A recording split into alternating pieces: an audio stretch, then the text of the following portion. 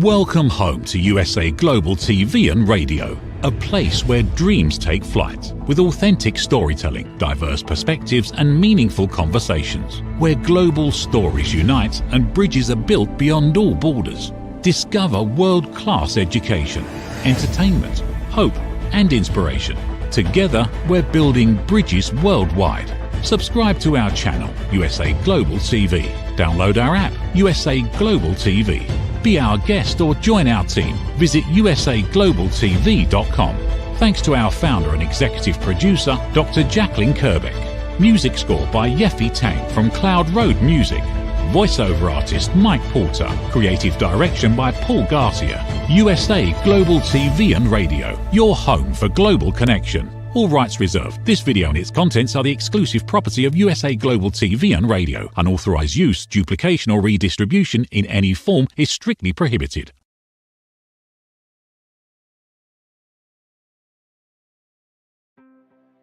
Welcome to Talking Heads on USA Global TV and Radio, where wisdom meets experience.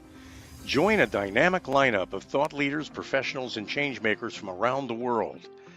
Dr. Madeline Chan from the UK, Mariska Dupreya from Australia, red.olaughlin from Texas, USA, Carolyn Heward from the UK, Zunette Lub from Cape Town, South Africa, as they share expert insights, personal journeys, and impactful strategies for success. Talking Heads isn't just a show, it's a global stage for education, collaboration, and inspiration. So elevate your knowledge, expand your perspective, engage in conversations that matter.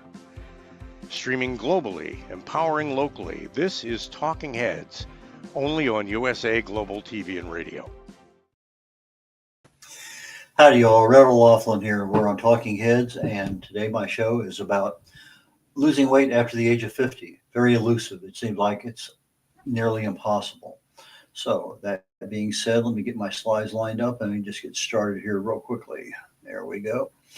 I have this dated last week. Supposed to do the show last week. Things happen, is what it is.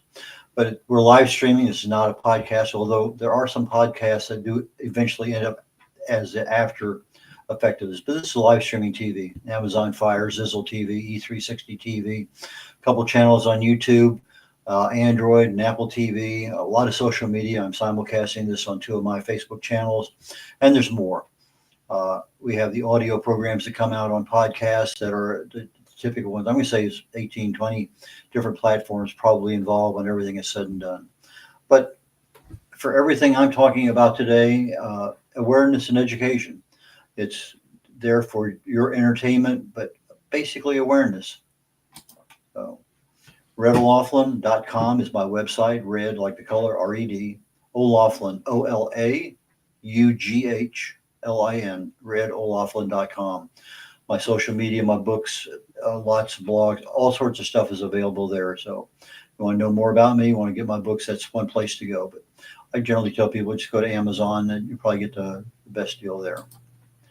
Archives for the show and live shows are seen on YouTube on the USA Global TV portion of that, and I also have some archive shows on my red.olaughlin.com website. Okay, a little bit about me. I consider myself a researcher. I have never been in the medical or pharmaceutical fields, but I fell in love with chemistry way back when, sophomore in high school. Got my first degree in there. I have a number of degrees, a number of professional certifications, and I just always loved chemistry. And it wasn't until my wife came down with breast cancer, about 10 years ago, that I started changing and using chemistry to research the human body at the cellular level, chemically speaking, looking for cause and effect relationships. So if you treat a cause, you're basically having a decent shot at fixing something. If you're treating symptoms, you won't, because you're not addressing the cause, and the cause could get worse. I spent 31 years in the Navy, 16 years as an aviator, retired as a captain. Been to 62 countries. I got an invitation to Vietnam back in the early 70s and went to Bosnia in the late 90s. Married 57 years, a couple of kids, 3 grandkids, and 1 great grandson who will be 2 years of age here in January. Best-selling author, 6 books, independent publisher. I've done over 50 books for other people. So if you're interested, contact me. I'll be more than happy to chat with you about that. One of my professional certifications is a distinguished Toastmaster. I'm a writer. I have over 1,000 LinkedIn articles, mostly on health and wellness. Year 2024, I was ranked number 2 and number 6 for the shows that I do. For 6 months of this year, 2025, I was number 1. 2025 is going to be over pretty soon, so we see how the rankings come out then. But very, very happy with what I'm doing. I chose No Matter What You Can Do It because elusive weight loss after 50 is probably more mind control than it is anything else.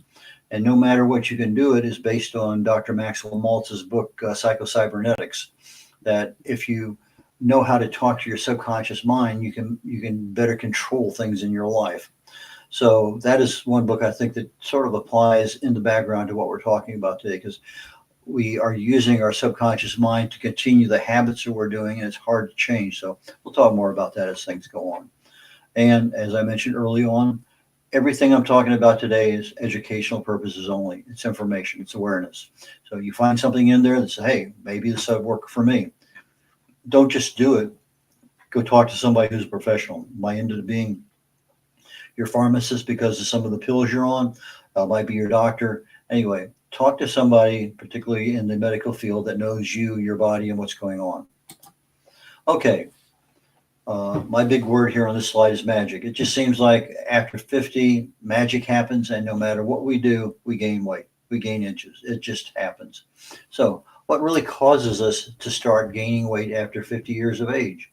Well, our bodies change. And as I said, magic. It seems like we can't do anything about it. And that's just the way it is. Nothing works. Well, they work for a short period of time, but we don't have the stamina to make it part of our lifestyle. So yeah, I can lose 20 pounds, but 2 months later, I'm back to where I was. So why did things work so well, 20, 30, 40 years ago and not now? I'm looking at, 40 years ago, mid 80s. Let's see, I've been in the military about 15 years or more, and I'd come into a flight physical. I could go run. I could do whatever I wanted. Boom, blood pressure under control. Boom, weight under control. Zero problems with any flight physicals. But as I got older and older and older toward the end of my military career, it just didn't seem to be as easy to do. But there again, I had some other changes. But age introduces change to our body, to our health. But they're incremental. They're so small, we don't even see them. Unless you have some trauma happening to you, just simple getting older really does have a big effect on our bodies. And we'll talk about that. I've talked about a lot of detail in this, going down to the cellular level, the chemical level. This happens and that happens and whatever. I'm keeping this up here at the 30,000 foot level today because it's just a general discussion. We can certainly get into that, but I've done a lot of other programs on it. I think some as many as 6 or 8 in a series over different weeks. Please go back to YouTube, to the USA Global TV and Radio Network, and look at the archives because you'll find a lot of information there. As we get older, we have a tendency to lose muscle mass, and as such, we burn less fat. Our muscle is our primary metabolic burner in our body.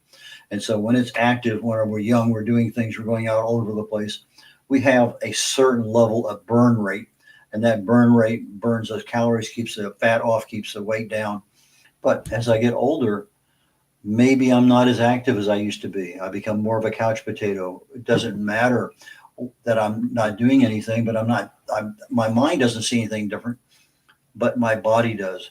My resting metabolic rate, my RMR, basically comes down because I'm not as active as I used to be.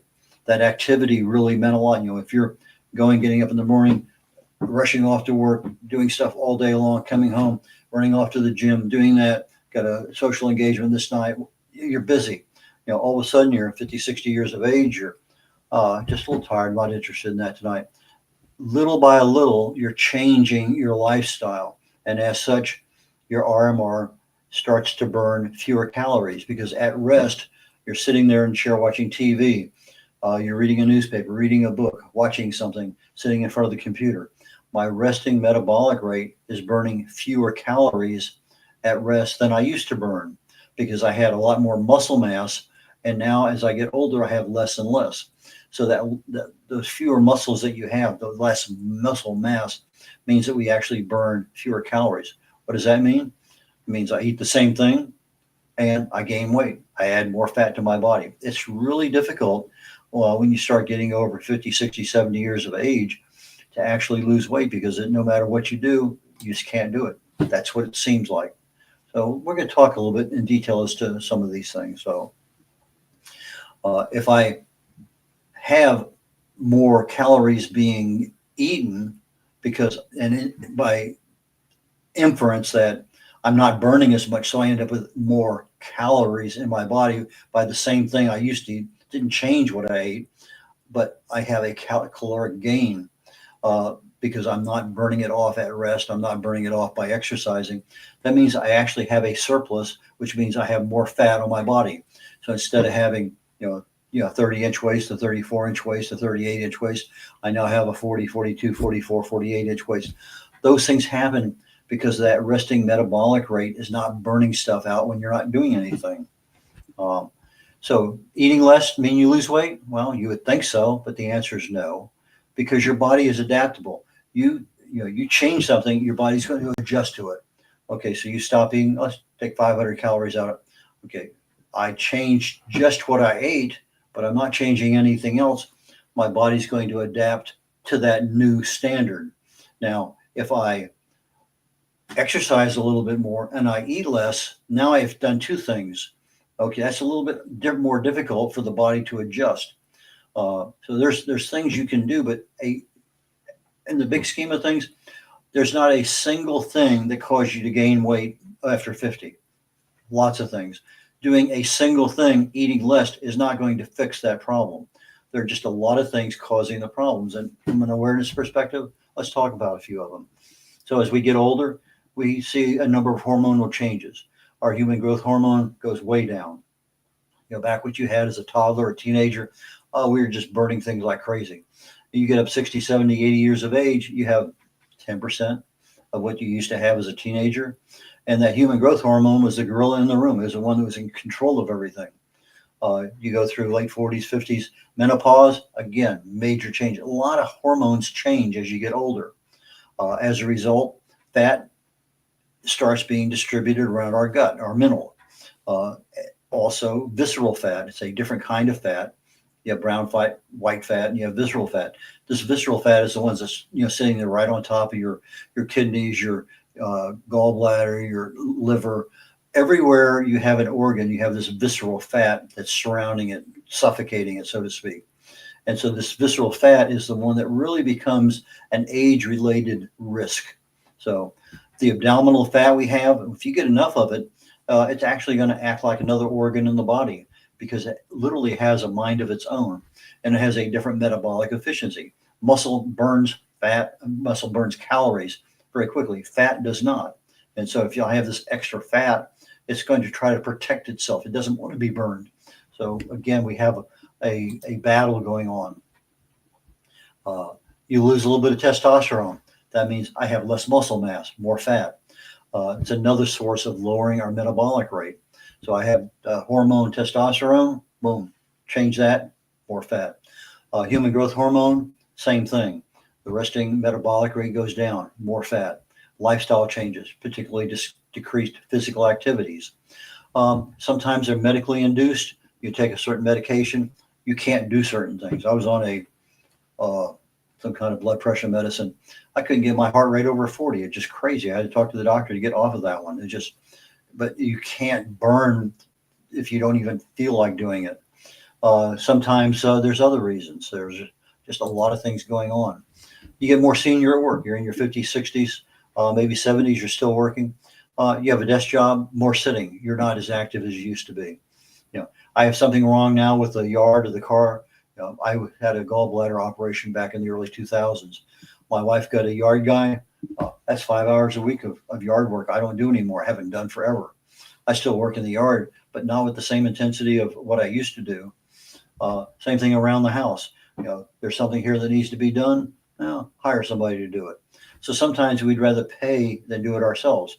That translates into, one of those magic formulas for gaining and keeping weight that we're not aware of. Non-exercise activity, thermogenesis, NEAT. It's one of those measurements of what's going on in our body, kind of like that resting metabolic rate. It declines with age. So I'm walking, I'm standing, I'm cooking, I'm watching TV. This non-exercise activity, thermogenesis, declines. I'm burning less fat. I exercise less. I lose. Okay, if I exercise more, I lose a few pounds. If I exercise less, I actually gain a few pounds. So I add more fat to my body. And it happens every day. It's magic. We don't have to do anything to control it. It just happens. And because it happens so incrementally, we don't even notice. We put on the same pair of pants or shirt, and all of a sudden, maybe I have a little bit more tighter buttoning it, or I can't get the belt around to the same notch I used to have. Things happen, but they don't happen overnight. So our metabolic efficiency declines with age. And they say generally a pound, maybe 2 pounds a year. So if I'm at a certain weight at age 40, I may gain, 8, 10, 12 pounds by the time I'm 50. And without changing a whole lot, I may end up with another 8, 10, 12 pounds by the time I'm 60. So from my weight at 40 to my weight at 60, I probably have an extra 15 or 20 pounds that I didn't have earlier. But it came on so slowly, I really didn't notice it. And our bodies adapt. I mentioned earlier, you eat a few less calories, our body's going to adapt accordingly. I exercise a little bit more. But again, if I only do it for 2 months and I stop, the body's going to go right back to where it was. So our adaptive response, the ability to change quickly, declines with age. So now the thing I used to rely on, let me go out and run 5 miles for a couple of days and I can pass my flight physical. That doesn't work as quickly as it used to. Maybe I now need to run 5 miles 4 days in order to be the same place I was before. We have another thing called adaptive thermogenesis. Our bodies have a certain temperature setting, and that set point is for our body heat. And you see a lot of people, I know it, I see it in my wife, I see it in myself. What we're comfortable with, where I set my air conditioner at 20 years ago isn't anywhere where I set my air conditioner heater at nowadays. So we have different set points, and that thermogenesis is another one of those factors that's burning fat. So as we see, our age, just getting older, makes those changes. We don't know what we don't know. It's one of those things, unless you're attending classes on weight loss over 50, on YouTube, a webinar, reading books, watching something, we don't know what we don't know. So that's one of the advantages of the program like this one on USA Global TV and Radio Network, is that we have a chance to become aware of something. If you're aware of it, then you want to know more about it. Oh, let me go look up this doctor on YouTube, or this doctor over here, or maybe read this book. Now I'm becoming educated. Now I can ask an intelligent question of my doctor. What about this? I've found that most doctors, generally speaking, you say, okay, I need to lose a little bit of weight or whatever. They will generally let you do something on your own. Let's say I have high blood pressure. It's not very high, but say, hey, doc, what if I just lose a little bit of weight and exercise more? He says, okay, come back in 3 months. Let's check you out again. Well, if I can get that under control and come back in 3 months, he's happy. I did not get issued any pills to lose blood pressure. So there are a lot of things you can do, but you got to talk to your doctor about it. And if you have a question that comes up in one of these slides, remember that when you go there, say, hey, doc, what about this?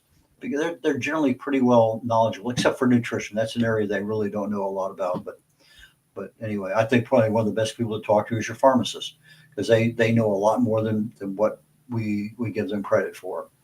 So you think you're doing everything right, but it's just one of those things. I'm a pound heavier than last year. I haven't done anything different. Our metabolic efficiency changes. Our hormones level change. Our exercise changes. Our fat levels change. Our muscle mass changes. Everything changes. Maybe for the good, maybe for the bad. But when it's age related, it's generally not necessarily supporting your health. It's not supporting fat loss and weight loss. Okay. Age also increases our visceral fat. We talked about that. If you just grab an inch or two around your gut, that's your subcutaneous fat. That's not maybe 30, 40 pounds or something. It's a certain kind of fat. If we are stressed out all the time, cortisol is a stress hormone. It loves to store fat around our gut. And we have 4 times more fat receptors in our gut area than we do anywhere else in our body, which is why that fat seems to go there faster than anywhere else. But the visceral fat that's inside next to our organs, that's the one that's the most dangerous. And as such, if you're looking for something, again, YouTube is probably one of the best places to go to. How do I lose visceral fat? And they'll give you diets, they'll give you exercises, they'll give you everything there. I usually look at 4, 5, 6 different ones. Okay, let me now, okay, I want to do this. Let me look more on exercise and visceral fat. Or maybe I want more on diet and visceral fat. There is just a lot of information out there. Look at the source, look at the credibility of the doctor, what his or her background is. But there's a lot of stuff there that can be used. And some of it may be, just walk an extra mile a day, an extra 3,000 steps, whatever it may happen to be. Might be something very easy to do. You're not changing a whole lot. A lot of the stuff we're talking about, this visceral fat, usually ends up affecting something else in our body. Inflammation, insulin resistance, leptin resistance. There's just a lot of different resistances we have in our bodies that are affected by this visceral fat and the different hormonal levels that we don't have the same level that we had 20 years ago. And as a result, the risk of age-related diseases increase. Our longevity number, whatever that may happen to be, decreases as a result. So we look at lifestyle factors, and these are the things I've talked about quite a bit. I was truly amazed at how much lifestyle factors contributed to our health and to our aging. I did a series of talks on the hallmarks of aging and the hallmarks of health. And it seemed like almost every single time that if I wanted to improve this hallmark to reduce my aging or to improve my health, they had some level of connection with a lifestyle factor. My eating, my calories, my exercise, my stress management, my sleep quality, all of those lifestyle factors contributed to some level of health, some level of aging. And so if you can control your lifestyle factors, that's probably one of the best places to start, because those are things you do every single day. You have leptin resistance, ghrelin resistance. Leptin tells you start eating. If you pay attention, there's a certain time when the body will tell the brain, stop, you're right there where you need to be. And sometimes we feel it. If you're listening for it, you will feel it, but it won't be there very long. It'll be there 20, 30 seconds and gone. And if you stop eating and you look at the plate, I haven't even finished half of what's on my plate. And so you blow by it and you finish off your plate. Well, you can thank your parents for that if they say you got to clean your plate. Well, that's one of the habits we started way back when. But when we stop eating and obey our leptin resistance telling, our leptin signal telling us to stop eating, that's great. But when we don't, we gain weight because we're adding more calories. Ghrelin's the other end of it. It's telling us, okay, my stomach's been empty long enough. I need more food. It's the hunger hormone. It tells you to eat. Okay. But the thing is, what we have a habit of eating, one of the worst places to go is a all you can eat place, because you just pile stuff on and you go back for seconds. Years and years ago, I'm going to say decades ago, I switched to a salad plate for dinner. That's what I put stuff on. You automatically reduce the number of things you can eat by cutting back the amount, by cutting back the number of calories. But there's sometimes I sit there and I have a small plate and it's loaded up. I get to that point and I'm feeling I got to stop eating, and I look at the plate. I still have half the food on the plate. I took my wife out to dinner the other day for Veterans Day, and both of us, we got about halfway through our meal, and I had to order doggy bags because we couldn't finish it. And we had probably pushed ourselves over that leptin level of saying, hey, stop. Anyway, but age affects our eating habits, and that age, because we're so integrated in this is what I'm going to eat, this is how much I'm going to eat, and maybe there's a different way of preparing it. It tastes better, or there's a lot of different factors there, or I'm going out to eat because somebody else is paying for it. It's a birthday dinner. We have lots of reasons why we eat. But that is probably the biggest cause, because we have those extra calories coming in, extra weight, extra fat. Stress. I talked about cortisol. It's a hormone. It loves to store fat around your waist. How many of us actually concentrate on some kind of stress management on a daily basis? Breathing exercises, meditation, yoga, Tai Chi. There's a lot of different things that we can do on a daily basis just to reduce the level of stress we have. And maybe some are more applicable to others. It's a nice day outside, and go out for a walk. Sunshine, fresh air. A lot of things help, but we have to do it literally almost every single day, because stress can be a major factor in our after 50 weight gain. So stress, we know, will interrupt your sleep. If you're having a problem going to sleep, and it's the same thing keeps rolling around in your brain, that is probably a major clue that stressor is what's causing you not to sleep. That same stress is causing you to gain weight. Stress will also reduce your interest in exercising. I'm not interested. But one of the things that stress does do is it combines with comfort food and say, hey, here's a happy meal. And so you take those comfort foods, maybe it's ice cream, maybe it's potato chips, who knows what it is. But now all of a sudden I feel more comfortable. That stress appears to disappear. It doesn't. It's cumulative, but you're hiding it, you're masking it with food. Sometimes elderly people take a lot more medicines. They interfere with each other because we don't know what medicines do to other medicines. So we end up with a lot of problems. Antidepressants, beta blockers, just a few, will increase weight because they are affecting other parts of our body. And again, your pharmacist is a good person to talk to. If you're having a problem with something, maybe antidepressant is not the best thing to take. Maybe there are other options. Maybe a beta blocker is not the best thing to be taking for that one. Maybe there's something else out there that will work as well but not cause some problems. Ask yourself, are you eating the same foods in the same amount you did a long time ago? If you sit down at your plate tonight and you look at that and you say, back when I was whatever age, pick an age, 35, 45, is this basically the same thing you were eating? Piece of chicken, mashed potatoes, gravy, corn, whatever's on that plate. Or are you eating something different? I'm eating a whole lot more fish now than I used to eat 40 years ago. I'm eating a lot less of some things that I know can be a problem, carbohydrates for sure.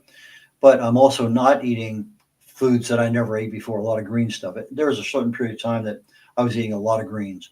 Somehow I ended up getting that habit changed. But let's look at the types of food you're eating, the amounts of foods. They affect your metabolism. Our family history, our genes affect our weight gain with age.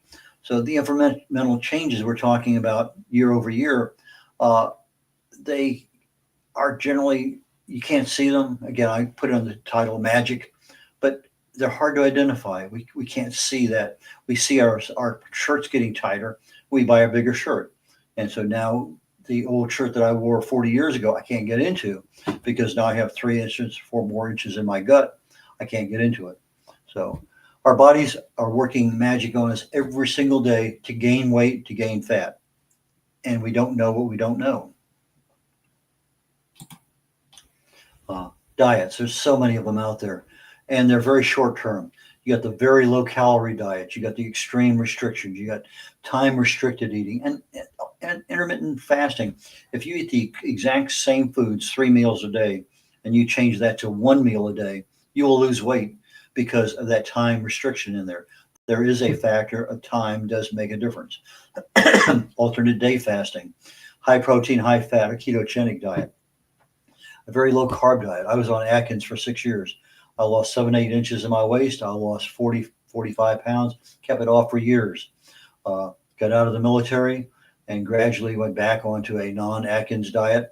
One of the things I learned at that time was Atkins, because of what you're eating, no carbs, changes your body's pH which changes your ability to store calcium in your bones. And I took a what do you call it, bone density test, and I was osteopenia. Surprised me, as many weights as I've lifted and the number of miles I've run, I figured I would never ever have a bone density problem. Well, once I started figuring out what causes calcium to go into the bone, it's not the same thing it causes to come out. But then you have to get the calcium there, and then you have to keep the calcium there. Two different entirely chemical pathways. So if you're taking the right calcium and you don't have the right kind of foods, it's either end up in the toilet or it's going to end up in your heart valves and arteries, because you have to have the right mixture of things. So there's a lot of issues there with low carbs that most people aren't aware of. So if I'm piling up on protein and fat, that is something that makes my body pH decrease, acidic. Fruits and vegetables cause it to be alkaline. A lot of things are going on. Again, we don't know. Detox diets, cleanses, juice fats, food elimination diets, superfood focus. Many things are going on there, but again, ultra low fat, very high protein, they call them caveman paleo, but and some of them are technology based. I wear this watch to tell me, okay, I know what's going on. I can see it. Now I'm getting some feedback. That's good. That's really good. But I need to change a lifestyle to keep that monitor in that same place, because all of a sudden I notice, okay, well, that's fine, but I can see something is going on as opposed to magic. I don't see it. So if I don't change my lifestyle, I don't see any change in my weight or fat storage long term. I need to do something. A simple diet is probably not going to do it. A lifestyle change will. Supplements, fat burners, yeah, they work. But again, they're not going to give you 6 months a year because people can't stand them that long. Special shakes, burn belly fat, short-term success, a lot of water weight. Your probably first 12, 15 pounds is water weight. When I lost a lot of weight with Atkins, I was living in Germany. I go down to Italy for a weekend. I'd gain 11, 12 pounds because I'd eat pasta and bread.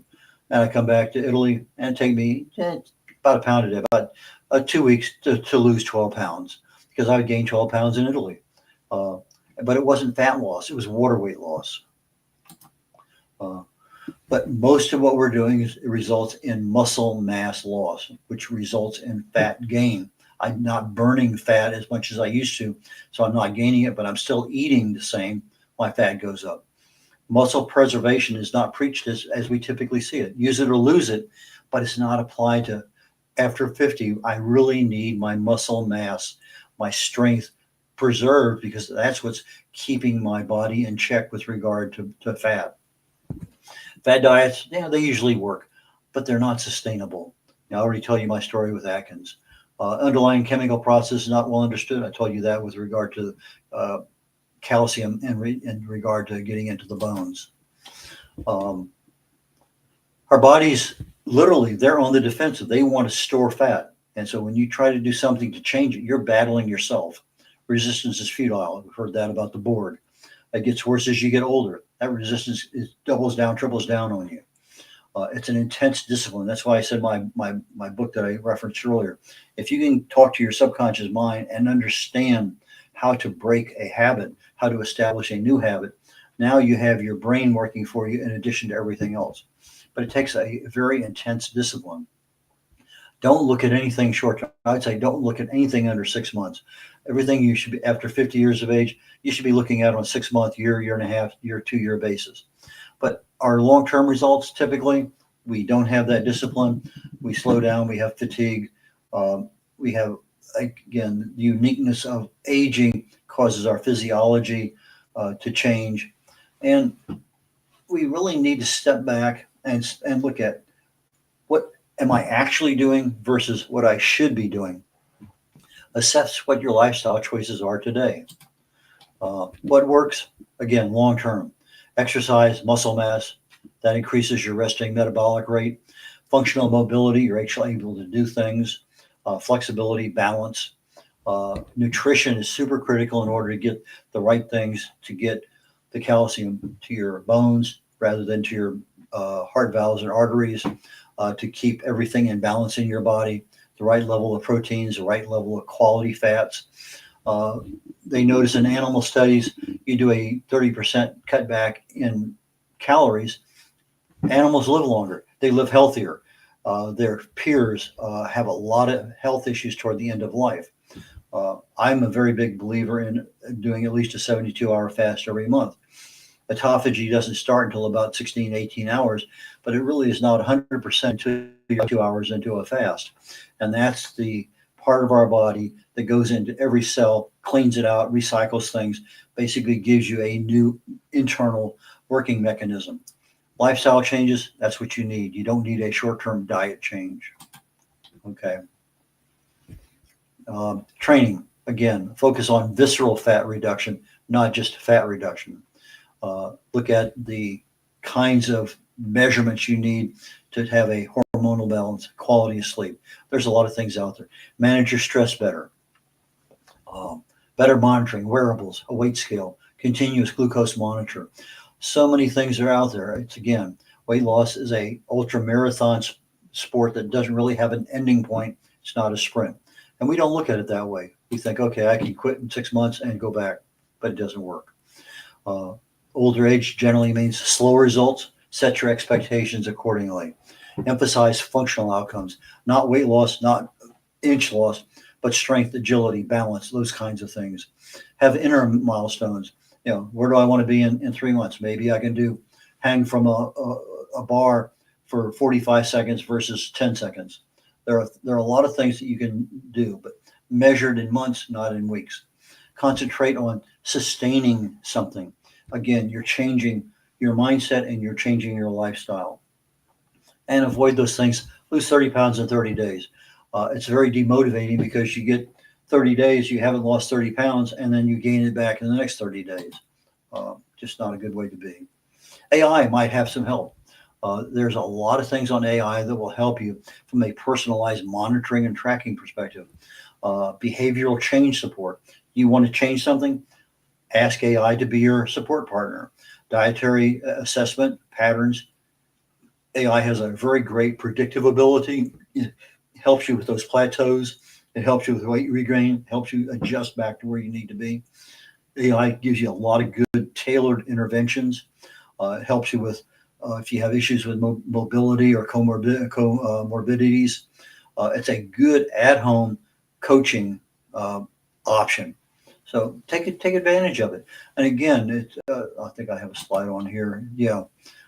Medication assessment. Ask AI what you're having, because now you have an independent authority say, I'm on this and this and this. What do you think? Well, what should I be on? What can I do to get off of this? A lot of things are there. Now you can go to your doctor and say, I want to get off of this one. This is what I want to do. What do you think? Get your professional person who's responsible for your health. You're involved. AI, if you're just saying, what is, you're garbage in, garbage out. The biggest problem with AI is people don't focus on the prompt. I take about 2 pages of prompt in order to ask AI for some of my research that I do to research the human body. You really need to tell AI who they are, what you want, why you want it, how you want the information displayed, who that information is going to. There's a lot of information that you need to do to use AI properly. But focus on the core foundational, your core foundational behaviors. What has worked before? What's not working now? What do you need to adjust? Not change, not replace, but adjust.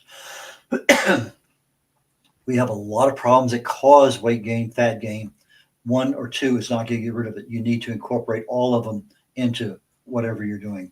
So hormonal balance, nutritional deficiency, lots and lots and lots of things need to come into focus. So multi-level change, AI as a tool, nothing more. Use it wisely. Food choices, exercise, sleep, stress, monitoring. Again, many lessons learned. I go with carbs. If you go with carbs 1 meal a week and you're on a fairly low carb diet, that's not going to affect anything. You go with carbs 2, 3, 4 meals a week, you're going to have it right back to where you were. But minerals and vitamins are better from foods, not pills. And measure your pH. I think that might be my last one. Yeah, it is. So that being the end of today's program, I bid you adieu. And again, awareness, education, take it from here. Bye, y'all. Is it true? Is it kind? Is it necessary? In a world quick to judge, one book dares to reveal the hidden cost of silence. Discover Holy but Harmful, The Silent Sin of Judgment, How Hidden Judgments Destroy Relationships and Damage Lives by Dr. Jacqueline Kerbeck. The Amazon #1 bestseller that's transforming the way we understand ourselves and the way we see others. Pick up the companion workbook to uncover your own hidden judgments and learn how to break free from them. Available now on Amazon and at fine bookstores worldwide. 5 little-known secrets for dementia caregivers with Tracy Cram-Perkins. Hi there, I am Tracy Cram-Perkins, the host of the Dementia Home Care Show here on USA Global TV and Radio. I am also the author of the book of the same name. And you'll see this QR code. This is for an extended version of the same talk. So if you want to see the full hour-long version, feel free to scan the code and go to that website. Stick with me. We'll talk about 5 little-known secrets to make it a little easier to do dementia caregiving. What you're seeing on the left-hand side is a healthy aged brain, age 55 and above. The one you're seeing on the right is an Alzheimer's disease brain. It is in moderate disease. It is shrinking. It has holes in it. The memories that were in those holes no longer exist. When you're learning something, let's say in kindergarten, you learn how to tie your shoelace. Well, then by the time you're in 2nd grade, your brain remembers that information from tying the shoelace and applies it so you can learn more quickly how to tie more complex knots. So the brain is hardwired to do this for us, so it helps us learn faster so it doesn't take us long to acquire knowledge. The brain is looking for the information and they pick the closest to wherever that hole is. Let's look at some tips that we can use to help do that. These are 5 simple tools you can use as a dementia caregiver to help your loved one. The whiteboard is a useful tool in recording the day's activities and the answers to repetitive questions. The calendar clock is a very useful tool to orient your loved one on the day, the date, and the time, and remind them of upcoming appointments. The communication cards are a great tool to bridge the gap when they can no longer tell you what's wrong. And then there's the pill minder for when your loved one is still able to take pills but needs prompting. The final tool I want to share with you is the memory book. It tells your loved one's story.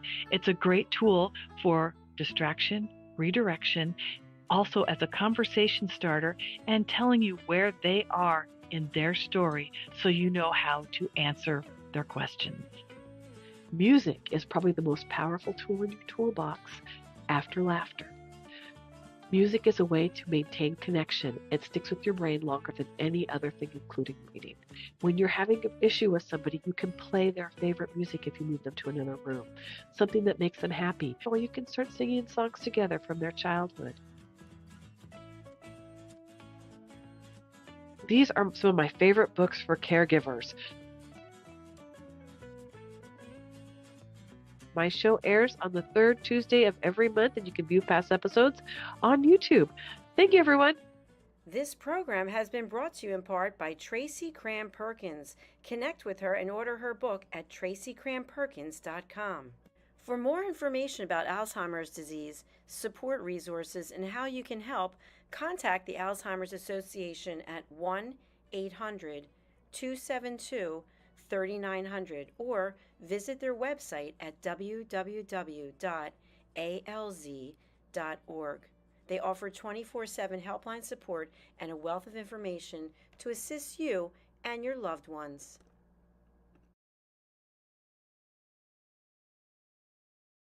Thank you, viewers and listeners of USA Global TV and Radio, for joining us today. We're honored to have your time and attention as part of our global community. At USA Global TV and Radio, we believe in the power of authentic conversations, meaningful connections, and creating a world of possibilities together. Want to be part of something bigger? Join our team of elevated listeners at usaglobaltv.com, a space where your voice matters and your ability to listen transforms relationships. Stay connected with us across all our platforms for thought-provoking discussions, expert insights, and empowering stories. Subscribe to our channels at youtube.com/c/usaglobaltv. Follow us on social media and explore the endless opportunities we're creating for growth, learning and inspiration. Together, we're not just broadcasting, we're building bridges and changing lives one conversation at a time. For inquiries, contact us at info@usaglobaltv.com. Music by Johnny Dies. Produced by Executive Producer and Director Dr. Jacqueline Kerbeck. Voiceover by Mike Porter. Creative Direction by Paul Garcia. All rights reserved. Copyright 2025. Visit usaglobaltv.com to view our full terms and conditions.